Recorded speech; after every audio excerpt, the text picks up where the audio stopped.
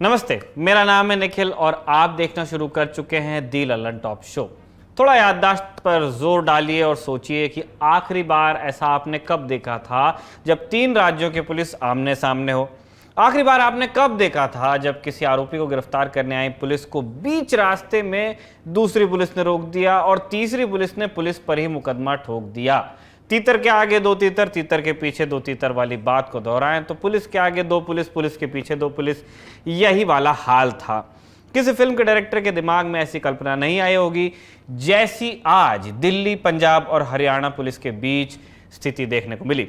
खाकी को आगे खड़ा कर राजनीतिक लड़ाई लड़ी गई। तेजिंदर पाल बग्गा हो या फिर जिग्नेश मेवाणी, दोनों केसेस में एक राज्य की पुलिस दूसरे राज्य जाकर गिरफ्तारी करती है। जहां राज्यों में समन्वय हुआ वहां गिरफ्तारी हो गई, जहां नहीं था वहां ड्रामा हुआ। राजनीतिक और पुलिसिया लड़ाई से इतर ये मसला संघीय लोकतंत्र में राज्यों की संवैधानिक मर्यादा का संकट भी है। कानून का इस्तेमाल अपने तरीके से ही हो सकता है, मगर क्या ये सब कुछ संघीय ढांचे की मर्यादा के अनुकूल है? बड़ी खबर में ये सारे सवाल टटोलेंगे, इनके जवाब तलाशेंगे। राजनीतिक प्रतिक्रियाओं के साथ ये भी बताएंगे कि अदालत ने अंतर्राज्यीय गिरफ्तारियों पर क्या नियम बनाया कर रखे हुए हैं। मगर सबसे पहले दिन का वीडियो आप देख लीजिए।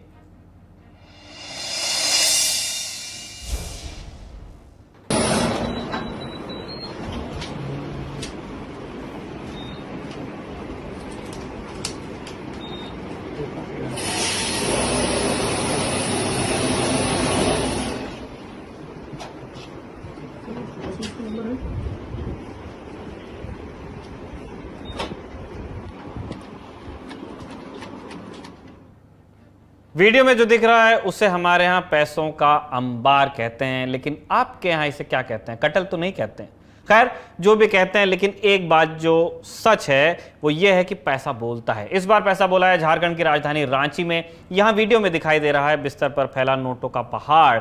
ये बरामद हुआ है आईएएस अधिकारी पूजा सिंघल के सीए सुमन कुमार के आवास से। शो लिखे जाने तक बरामद हुई रकम को मीडिया रिपोर्ट्स में 17 करोड़ रुपए बताया गया। आज सुबह ईडी ने अवैध खनन मामले में झारखंड की सीनियर आईएएस अधिकारी और उनसे जुड़े करीबियों के 15 से ज्यादा ठिकानों पर छापेमारी की थी। रांची के अलावा ईडी ने धनबाद, खूंटी, जयपुर, गुरुग्राम, कोलकाता और बिहार के मुजफ्फरपुर में भी छापेमारी की है। ईडी के आधिकारिक सूत्रों के मुताबिक आय से अधिक संपत्ति के मामले व खनन लीज मामले समेत खूंटी में मनरेगा में 18 करोड़ की वित्तीय गड़बड़ी के मामले में छापेमारी की जा रही है। अब चलते हैं दिन की सुर्खियों के तरफ। देश में कोरोना से हुई मौतों को लेकर एक बार फिर से विवाद खड़ा हो गया है और ये विवाद इतनी तेजी से बढ़ रहा है जितनी तेजी से शायद कोरोना केसेस भी नहीं बढ़ रहे हैं, कम से कम रिपोर्टेड नंबर की बात करें तो। इस विवाद के केंद्र में है WHO यानी वर्ल्ड हेल्थ ऑर्गेनाइजेशन की एक रिपोर्ट, जिसे कल जारी किया गया था। Global excess deaths associated with कोविड-19 के टाइटल से पब्लिश हुई इस रिपोर्ट में WHO ने दुनिया भर में कोविड के कारण प्रत्यक्ष और अप्रत्यक्ष रूप से हुई मौतों का एक व्यापक खाका पेश किया है। अप्रत्यक्ष मौतों में ऐसे लोगों की संख्या शामिल है जिनकी मौत स्वास्थ्य सेवाएं न मिलने की वजह से हुई, जब कोविड की वजह से। आसान भाषा में कहें तो ऐसे लोग जिन्हें अस्पताल में बेड नहीं मिला, ऑक्सीजन सिलेंडर नहीं मिला आदि। रिपोर्ट में जनवरी 2020 से लेकर दिसंबर 2021 तक के डेटा का विश्लेषण किया गया है। इस टाइमलाइन में WHO ने दुनिया भर में लगभग 1.5 करोड़ मौतों का दावा किया है, जो कि रिपोर्ट हुई 54 लाख मौतों से लगभग 3 गुना अधिक है। WHO ने दुनिया को 6 regions Africa, America, Eastern Mediterranean, Europe, Western Pacific और साउथ ईस्ट एशिया में बांटा है। इन 6 रीजन्स में सबसे ज्यादा लगभग 60 लाख मौतें साउथ ईस्ट एशिया रीजन में हुई है, हमारे इलाके में। भारत इसी इलाके में आता है। भारत को लेकर विश्व स्वास्थ्य संगठन की रिपोर्ट का कहना है कि भारत में 2020 और 2021 यानी बीते 2 सालों में 47 लाख से ज्यादा मौतें हुई। वहीं अगर 2021 के अंत तक भारत में कोरोना से हुई आधिकारिक मौतों के आंकड़े की बात करें तो वो 4,81,000 के आसपास बैठता है।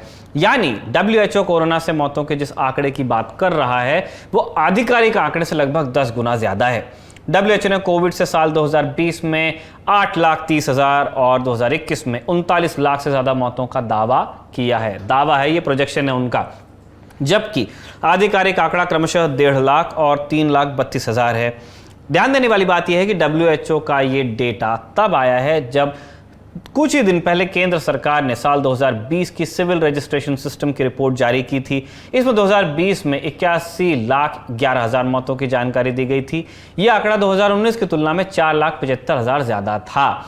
इसके बाद 2019 की तुलना में 2020 में 4,75,000 ज्यादा मौतें होने का कारण क्या था, इस बारे में सवाल उठे। कुछ लोगों का कहना था कि कोरोना की वजह से मौतों का आंकड़ा बढ़ा है। हालांकि सरकार का कहना है कि 2020 में कोरोना से 1,48,000 मौतें ही हुई। WHO की रिपोर्ट आने के बाद विपक्ष ने सरकार को घेरा है। कांग्रेस नेता राहुल गांधी ने आज सुबह एक ट्वीट किया। क्या लिखा उसमें हम आपको पढ़ के बता रहे हैं। कोरोना महामारी के कारण 47 लाख भारतीयों की मौत हुई है, न कि 4,80,000 जैसा सरकार ने दावा किया था। विज्ञान झूठ नहीं बोलता, मोदी बोलते हैं। उन परिवारों का सम्मान करें जिन्होंने अपनों को खोया है। 4 लाख रुपए का मुआवजा देकर उनका समर्थन करें। दूसरी तरफ सरकार की तरफ से स्वास्थ्य एवं परिवार कल्याण मंत्रालय ने कल देर शाम प्रेस रिलीज जारी कर WHO की रिपोर्ट पर कड़ी आपत्ति जताई है। एक लंबा रिजॉइंडर दिया है। स्वास्थ्य मंत्रालय का कहना है कि WHO ने अपनी रिपोर्ट में जिस गणितीय मॉडल का इस्तेमाल किया उस पर भारत को आपत्ति थी, लेकिन भारत की आपत्तियों की चिंता किए बगैर WHO ने अतिरिक्त मृत्यु दर का अनुमान जारी कर ही दिया। भारत के रजिस्ट्रार जनरल ऑफिस से CRS रिपोर्ट 2020 अतिरिक्त मृत्यु दर पर रिपोर्ट तैयार करने के लिए WHO को सौंपी गई थी, लेकिन बावजूद इसके WHO ने भारत के उपलब्ध आंकड़ों की अनदेखी की। नीति आयोग के सदस्य डॉक्टर VK पॉल ने WHO के डेटा को सिरे से नकारते हुए CRS डेटा को सही मानने की बात कही। सुनिए उन्होंने क्या कहा। हम ये इन नंबर्स को नहीं मानते। हमारे यहाँ CRS डेटा के बेस के ऊपर जो सच्चाई सामने आएगी वो देश की सच्चाई है। लेकिन डिसअपॉइंटमेंट की बात यह है कि ये सब कुछ बताते हुए भी WHO को भारत के लिए इस तरह की रिपोर्ट जो हमें बैड लाइट में दिखाती है वो नहीं करना चाहिए। डॉक्टर पॉल के अलावा एम्स के डायरेक्टर डॉक्टर रणदीप गुलेरिया ने भी WHO के डेटा पर सवाल उठाए हैं। उनकी बात भी सुनिए। हमारा एक बहुत अच्छा एक सिस्टम है बर्थ्स और डेथ्स रजिस्ट्रेशन का, RGI का। वो कई डिकेड से चला आ रहा है और उसमें डेथ्स और बर्थ्स बहुत अच्छी तरह से रजिस्टर होती हैं। अगर हम वो डेटा भी देखें तो उससे इतनी ज़्यादा एक्सेसिव डेथ्स नहीं है। और जब हमारे पास एक रोबस्ट सिस्टम ये है तो WHO को इस डेटा की तरफ नज़र रख के इससे कैलकुलेट करना चाहिए था। डेटा पर लोग और विशेषज्ञ अपने अपने दावे कर रहे हैं, अपने अपने तर्क पेश कर रहे हैं। WHO या भारत सरकार के दावे की पुष्टि हम नहीं कर सकते, लेकिन एक बात सच है कि तस्वीरें कभी झूठ नहीं बोलती।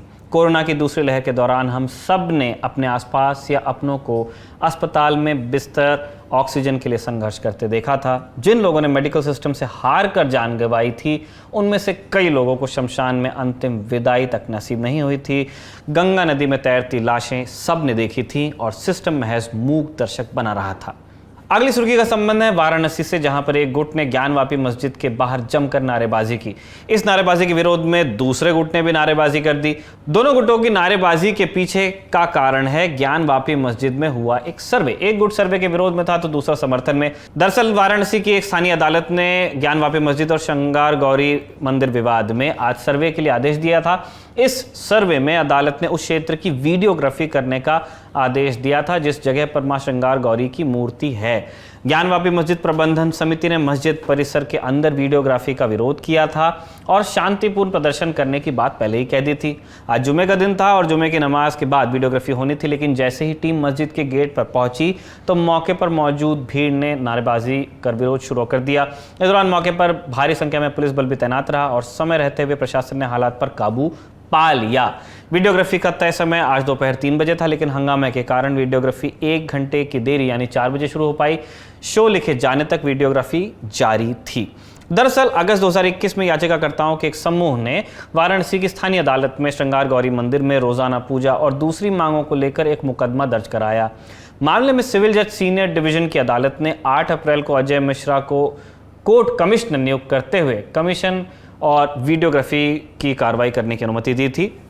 साथ ही अदालत ने 10 मई से पहले रिपोर्ट भी तलब की थी और सुनवाई की अगली तारीख 10 मई ही मुकर्रर की गई है। अगली सुर्खी है पश्चिम बंगाल से, जहां केंद्रीय गृह मंत्री अमित शाह अपने 2 दिवसीय दौरे पर हैं। दौरे का आज दूसरा दिन था और तय कार्यक्रम के मुताबिक गृह मंत्री को कोलकाता में अलग अलग जगहों पर कार्यकर्ताओं से संवाद स्थापित करना था, लेकिन ऐन मौके पर अमित शाह ने अपने सारे कार्यक्रम रद्द कर दिए और इसके पीछे की वजह बनी बीजेपी कार्यकर्ता की मौत। आज सुबह कोलकाता में काशीपुर के चितपुर इलाके में बीजेपी युवा मोर्चा के कार्यकर्ता अर्जुन चौरसिया का शव लटका हुआ मिला था। घटना के बाद अमित शाह मृतक के परिजनों से मिलने उनके घर गए। मीडिया से बातचीत में गृह मंत्री ने इस मौत को राजनीतिक हत्या बताकर सीबीआई जांच की मांग की। सुनिए उनकी बात। भारतीय जनता पार्टी अर्जुन की हत्या की, चौरसिया की हत्या की घोर निंदा कर रही है। भारतीय जनता पार्टी के कार्यकर्ता अदालत के सामने गए हैं कि इसका वीडियोग्राफी के साथ पैनल पोस्टमार्टम हो और इसकी जांच सीबीआई को सौंपनी चाहिए। शाह के इस दौरे के बीच नागरिकता संशोधन कानून सीएए की बहस फिर से शुरू हो गई है। कल अमित शाह ने अपनी एक रैली में कोरोना के बाद सीएए लागू करने की बात कही थी, वो बात भी सुन लीजिए। तृणमूल कांग्रेस सीएए के बारे में अफवाहें फैला रही है कि सीएए जमीन पर लागू नहीं होगा। मैं आज कहकर जाता हूं, कोरोना की लहर समाप्त होते ही सीएए को हम जमीन पर उतारेंगे और हमारे भाइयों को नागरिकता देंगे। गृहमंत्री के इस बयान के बाद ममता बनर्जी ने भी पलटवार किया था। सुनिए सीएम ने क्या कहा। They have not amended evening of sin. That is lapse. The bill is also lapse. Why they are not bringing this bill to this parliament? And why they are asking me? They should have asked their minister who are raising this care issue every day. It is their internal matter. They are imposing it to other political parties. ये थी सुर्खियां। अब चलते हैं दिन की बड़ी खबर पर। बड़ी खबर की शुरुआत आज एक किस्से से की जाएगी। वैज्ञानिक कहते हैं चांद पर जीवन नहीं है। सीनियर पुलिस इंस्पेक्टर माता दीन कहते हैं कि वैज्ञानिक झूठ बोलते हैं, वहां हमारे जैसी मनुष्य आबादी है। विज्ञान ने हमेशा इंस्पेक्टर माता दीन से मात ही खाई है। फिंगरप्रिंट विशेषज्ञ कहता रहा है कि छुरी पर पाए गए निशान मुजरिम की उंगलियों के नहीं है, पर माता दीन उसे सजा दिला ही देते हैं। माता दीन कहते हैं ये वैज्ञानिक केस का पूरा इन्वेस्टिगेशन नहीं करते हैं। उन्होंने चांद का उजला हिस्सा देखकर कह दिया कि वहां जीवन नहीं। मैं चांद का अंधेरा हिस्सा देखकर आया हूं, वहां मनुष्य जाति है। हरिशंकर परसाई का लिखा यह व्यंग्य है इंस्पेक्टर माता दीन चांद पर। कुछ शुरुआती पंक्तियां हमने आपको बता दी, पूरी कहानी आप तफसील से पढ़िएगा। इंस्पेक्टर माता दीन का चांद पर जाना, चांद का कुछ ही दिन में बदला बदला सा ताना बाना, सब कुछ किस्से में दर्ज है। सारा तंज इसी बात पर था कि पुलिस किस तरह से अपने मुताबिक चीजें बनाती और बिगाड़ती है, किस तरह वो चीजें अपने अनुरूप ढाल लेती है और फिर स्वरूप को बदलने की कोशिश करती है। आज परसाई होते तो पुलिसिया व्यवस्था पर तंज करते तो यकीनन उनके राजनीतिक इस्तेमाल पर भी जरूर लिखते। घटनाएं ही कुछ ऐसी हैं। तारीख 6 मई 2022, जगह दिल्ली और वक्त सुबह के करीब 8:30 बजे। दावे के मुताबिक सिविल ड्रेस में पंजाब पुलिस के 2 जवान भाजपा नेता तेजिंदर बग्गा के घर में दाखिल हुए। घर में तेजिंदर बग्गा और उनके पिता मौजूद थे। करीब 5 मिनट बाद पंजाब पुलिस के दर्जन भर से ज्यादा जवान अचानक घर पहुंच गए। पंजाब के मोहाली में दर्ज एक एफआईआर के मामले में बग्गा को पुलिस गिरफ्तार कर लेती है। इसके बाद दावा किया गया कि आसपास भी किसी को भनक नहीं लगी और पंजाब पुलिस ने बीजेपी नेता को गाड़ी में बैठा लिया। बाद में सीसीटीवी फुटेज भी सामने आई जिसमें पंजाब पुलिस की गाड़ियां नजर आती हैं। मोहाली के रहने वाले सन्नी हलूवालिया ने बग्गा पर धार्मिक भावनाएं आहत करने, वैमनस्य को बढ़ावा देने, भड़काऊ और झूठे बयान देने के आरोप लगाए थे। पिछले महीने बग्गा के खिलाफ आईपीसी की धारा 153A, 505 और 506 में एफआईआर दर्ज हुई थी। उसी पर यह कार्रवाई हुई। कश्मीर फाइल्स को लेकर बग्गा ने दिल्ली के मुख्यमंत्री अरविंद केजरीवाल पर टिप्पणी की थी। इसके बाद शुरू होता है सोशल मीडिया पर हंगामा। भाजपा की तरफ से कार्रवाई को असंवैधानिक बताया गया तो आम आदमी पार्टी के नेता बीजेपी सरकारों में हुई पिछली गिरफ्तारियों का रिकॉर्ड देने लगे। इस बीच तेजिंदर पाल बग्गा के पिता मीडिया के सामने आते हैं और आरोप लगाते हैं कि पंजाब पुलिस के जवानों ने उनसे मारपीट की। पहले उन्हें सुना जाए। सर, हम लोग सवेरे चाय पानी पी के आराम से बैठे थे, इतने में दरवाजा नॉक किया, देखा तो 2 पुलिस वाले जो आगे भी हमारे यहाँ आ चुके हैं, नोटिस करें, वो अंदर आए। मैंने उनको बिठाया, पानी दिया, चाय पूछी, वहाँ पे बैठ के बातचीत कर ही रहे थे। तेजिंदर पास बैठा है। इसके बाद 1 मिनट के बाद बाहर से दरवाजा खुला और 10-15 पुलिस वाले ये अंदर घुस गए। कहाँ के पुलिस वाले? पर सारे पंजाब पुलिस वाले थे। पंजाब, यहाँ दिल्ली पुलिस का कोई बंदा नहीं था, कुछ नहीं था उसमें। ये जबरदस्ती अंदर घुस गए। इन्होंने उसको खींच के घसीटना शुरू कर दिया। इसने कहा कि मेरे को सर पे कम से कम कपड़ा बांध लेने दो। उन्हें नहीं सी, वो उसको खींच के ले गए। उसके बाद मैं कमरे में गया, अपना फोन उठाया, उसकी वीडियो लेने लगा है, तो मेरे को वीडियो नहीं लेने दी, मेरे को मुंह के ऊपर पंच किया और जबरदस्ती मेरे को कंधा पकड़ के बिठा दिया। उसके बाद उसने कुछ पंजाब पुलिस कर रही जी, पंजाब पुलिस ही थी वहाँ, दिल्ली पुलिस एक भी दिल्ली नहीं। पुलिस उसमें नहीं थी, दिल्ली पुलिस को तो खबर तक नहीं है ठीक जी। है। उसके बाद उन्होंने वो मेरा फोन लिया और उसके बाद एक एक करके उसको खींच कर बाहर ले गए। पीछे से शायद कोई पुलिस वाले ने कोई कपड़ा उठाया है सर के लिए, उसके लिए वो उसको दिया नहीं दिया मेरे को कोई जानकारी नहीं है। कितने बजे?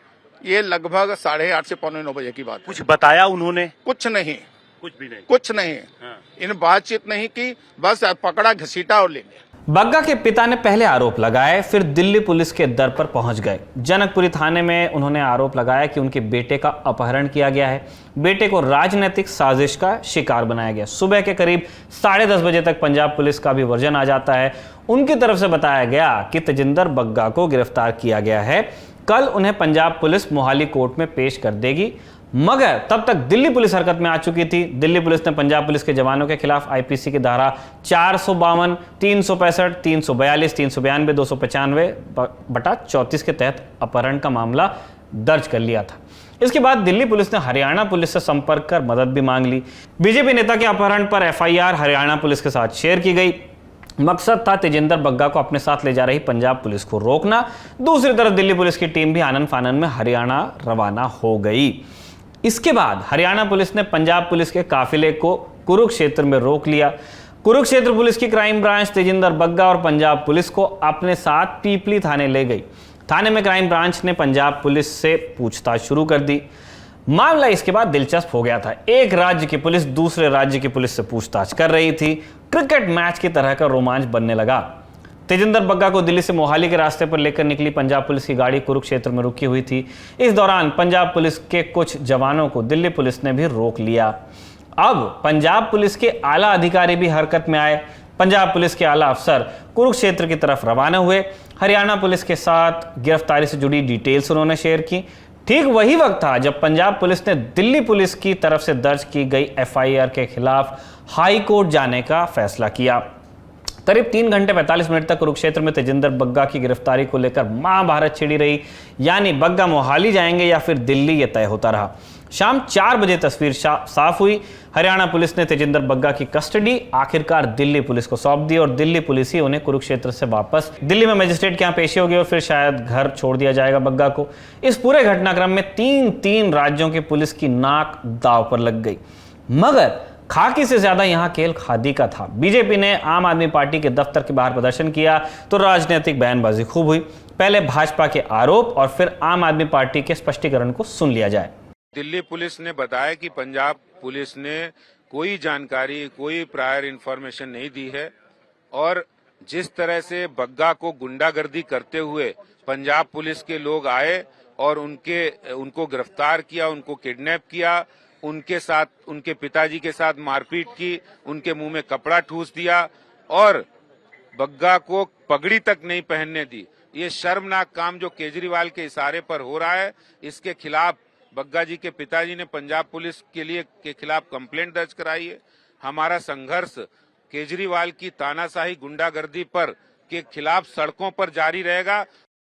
जो कानून की प्रक्रिया है, उस कानून की प्रक्रिया के तहत तेजिंदर बग्गा जी को 5 बार समन भेजा गया कि वो इन्वेस्टिगेशन में शामिल हों, लेकिन तेजिंदर बग्गा जी इन्वेस्टिगेशन में शामिल नहीं हुए। क्योंकि वो इन्वेस्टिगेशन में शामिल नहीं हुए, पंजाब पुलिस ने लीगल प्रोसेस फॉलो करते हुए तेजिंदर बग्गा जी के नाम पर एक अरेस्ट वारंट इशू किया और वो तेजिंदर बग्गा जी को अरेस्ट करने के लिए दिल्ली आए। भाजपा का आरोप है कि केजरीवाल की आम आदमी पार्टी सरकार ने अनैतिक कार्रवाई की, जबकि आपकी दलीलें हैं कि सब कुछ वैधानिक तरीके से ही हुआ। पंजाब पुलिस के जवान जनकपुर थाने में जानकारी देने गए थे तो उन्हें दिल्ली पुलिस ने बंधक बना लिया, ये आरोप है।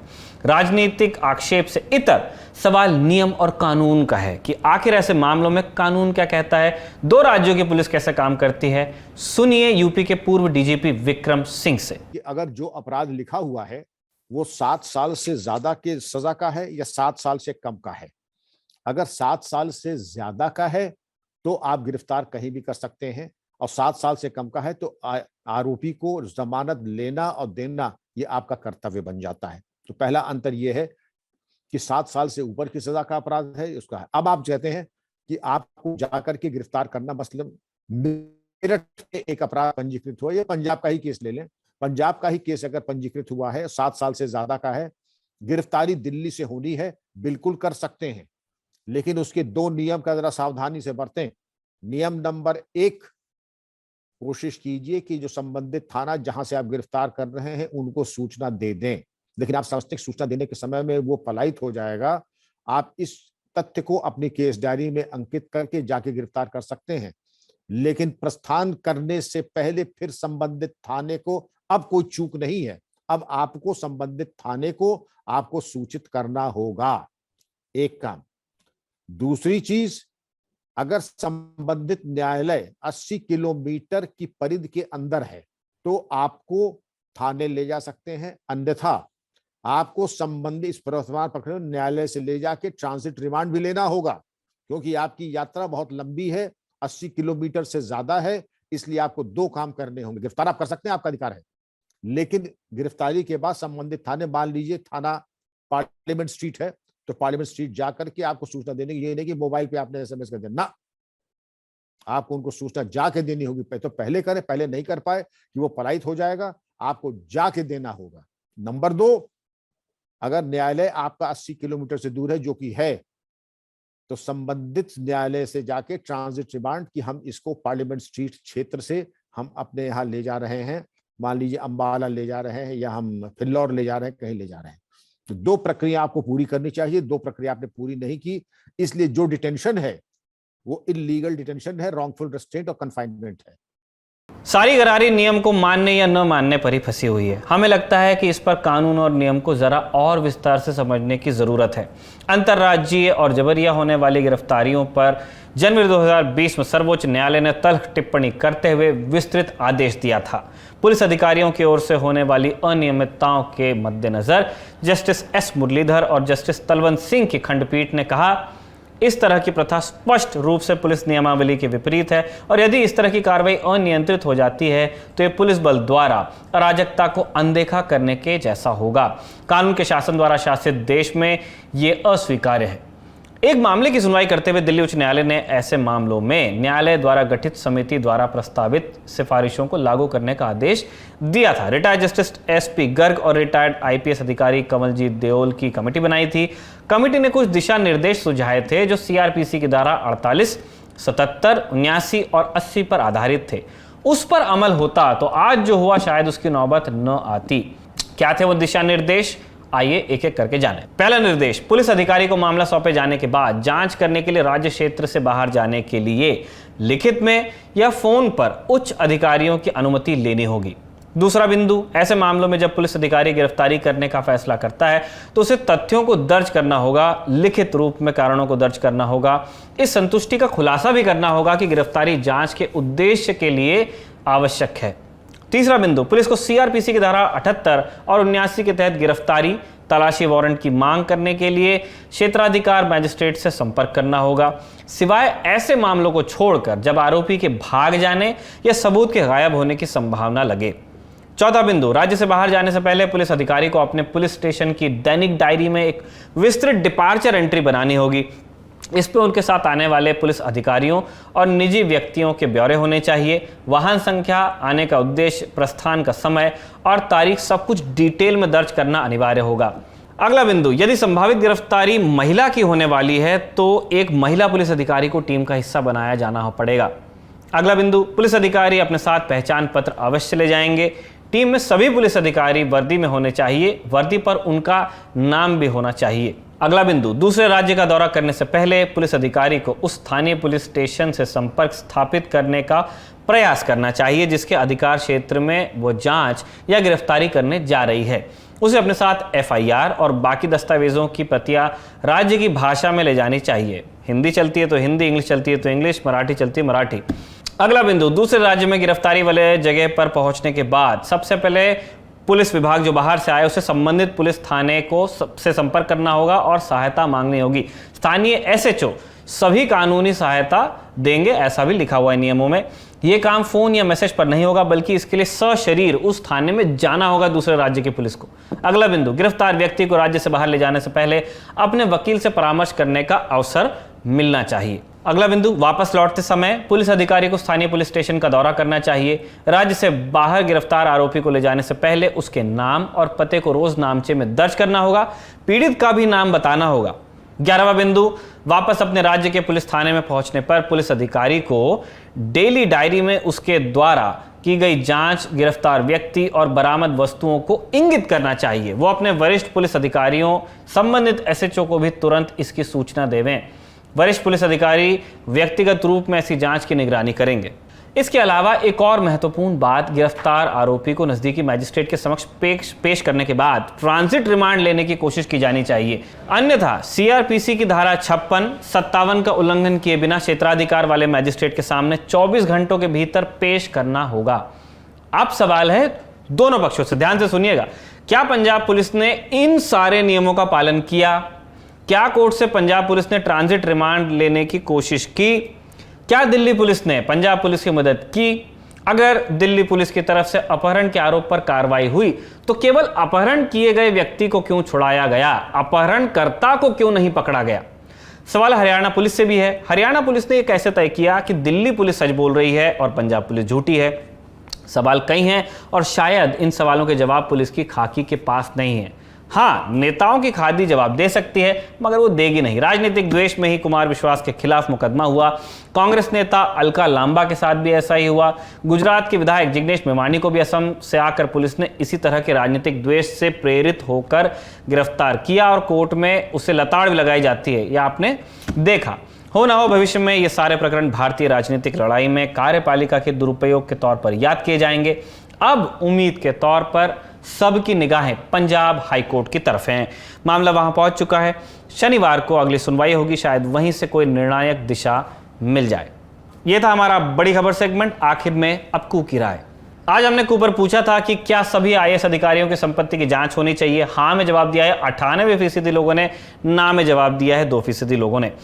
अगर आप भी कूपर हमारे पोल्स का हिस्सा बनना चाहते हैं तो कूपर दी ललन टॉप को फॉलो कीजिए। हम कूपर आपसे अलग अलग मुद्दों पर आपकी राय मांगते रहेंगे। अपनी राय आप हमें कमेंट बॉक्स या #LTShowOnCoo के साथ आप कू करके भी बता सकते हैं। हम उससे भी दी ललन टॉप शो में शामिल करेंगे।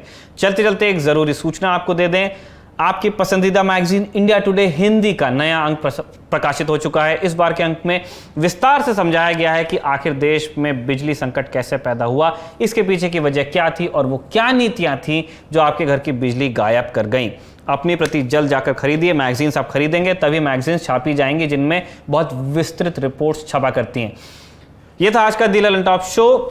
अब आपसे मुलाकात होगी अगले एपिसोड में। तब तक के अपना ध्यान रखिए। शुभ रात्रि। बने रहिए दी ललन टॉप के साथ।